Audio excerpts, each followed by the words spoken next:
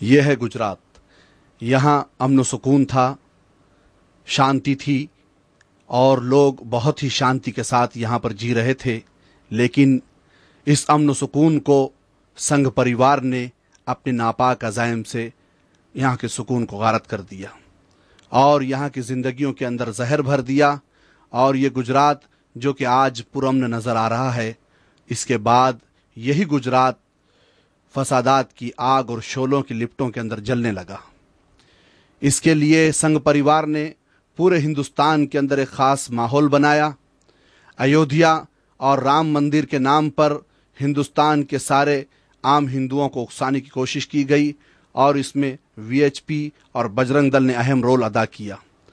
पूरे हिंदुस्तान से वीएचपी और बजरंग दल ने माहौल बनाकर लोगों को, कार सेवकों को तैयार किया कि वो राम मंदिर के निर्माण के लिए अयोध्या चलें और कार सेवक जोग दर जोग अयोध्या की तरफ रवाना होने लगे। और उसके बाद वो वक्त आया कि कार सेवक अयोध्या से साबरमती एक्सप्रेस के ज़रिए लौटने लगे और 27 फरवरी को ये Sabarmati express Godhra railway station पर पहुंची। और गोधरा रेलवे स्टेशन पर पहुंचने के बाद वो हादसा पेश आया जिसकी खबरें आप हजरात तक पहुंच चुकी हैं।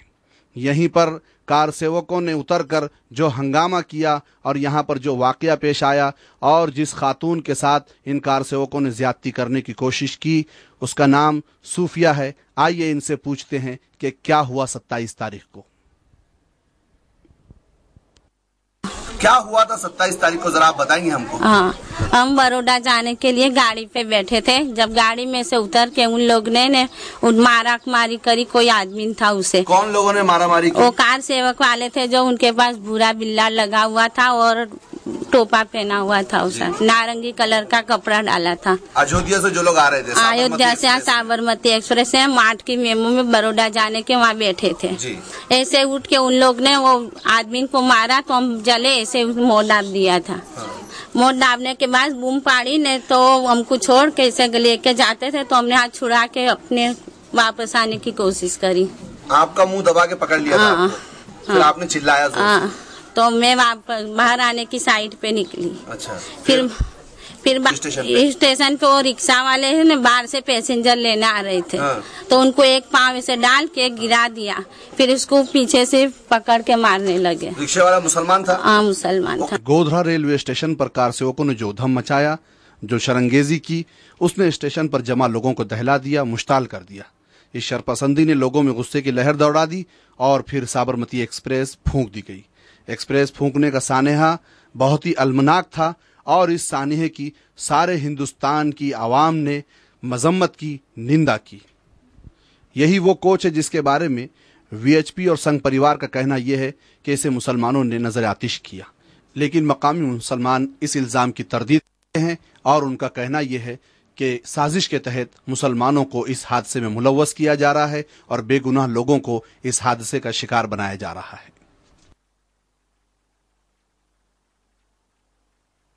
जिन्होंने ये काम किया है हिंदुस्तान की ताज़ियात में, आप उन्हें जो सजा देना चाहे अब दे दीजिए, गिरफ्तार करें। लेकिन जो मस्जिद में नमाज पढ़ा है, जिसका इस वाकये से कोई ताल्लुक नहीं है, मिसाल के तौर पर मैं आपको एक मिसाल दूं कि बाहर से जली हुई लाशें जब यहाँ पहुँच गई थी तो ये हमारे एडवोकेट साहब भी हमारे कब्रिस्तान के ट्रस्टी हैं। एक हमारे हाजी अनवर हुसैन पीतल नाम है, वो भी ट्रस्टी हैं और वो ज़्यादा महंगे को 24 घंटे आ गए थे। हमने उनको हुक्म दिया कि देखो आपको 24 घंटे कब्रिस्तान में रहना है, आधी रात को भी कोई मैयत आ जावे उसको पहली मंजिल तक पहुंचाने की जिम्मेदारी आपकी। तो उन्होंने अपनी जिम्मेदारी निभा दी। वो कब्रिस्तान की मस्जिद में बैठ के कब्रिस्तान का दरवाज़ा खोलकर पुलिस आई, उनको ले गई और लेने के बाद उन पर रेल का मुकदमा दायर कर दिया। उनकी उम्र तकरीबन 58-60 साल की उम्र है और रेल के वाक़े में उनको जकड़ लिया। ये कोच से निकली हुई लाशें, इन आरतियों को बहाना बनाकर विश्व हिंदू परिषद ने गुजरात के माहौल को गर्म करने की कोशिश की और अक़लियतों से इंतकाम की पुकार लगाई। पूरे गुजरात के बंद का, भारत बंद का बल्कि ऐलान किया गया और आरतियों को गली गली घुमाकर आम लोगों के जज्बात को भड़काया गया अक़लियतों के खिलाफ। गोधरा का ये वाक़या होने के बाद तुरंत ये बात फैला दी जाती है कि ये जो वाक़या पेश आया है इसमें मुसलमान मुलव्विस हैं और ये ISI की एक पूरी यानी साजिश है। अब इसके बाद 27 तारीख की शाम से ही ये ऐलान कर दिया जाता है कि 28 तारीख को गुजरात बंद रखा जाएगा। विश्व हिंदू परिषद ने ऐलान दिया और इसी के साथ गुजरात गवर्नमेंट भी इसमें इन्वॉल्व हो गई। आज से तकरीबन एक साल से यहाँ पर ये विश्व हिंदू परिषद के और बजरंग दल के बड़े बड़े प्रोग्राम होते रहे। खुलेआम तलवारों को और त्रिशूल को लोगों को यानी इसकी दीक्षा दी गई, लोगों को दिया गया। दीक्षा समारोह के नाम पर ये प्रोग्राम होते रहे और इसी तरह से एक साल से यानी एक माहौल ऐसा क्रिएट किया गया और ये से सारे हथियार जो आमतौर पर मैं या आप अगर हमारे पास मिल जाएं तो हम पर यानी कोई कानूनी कार्रवाई हो सकती है, ऐसे हथियारों को खुलेआम लोगों में तकसीम किया गया।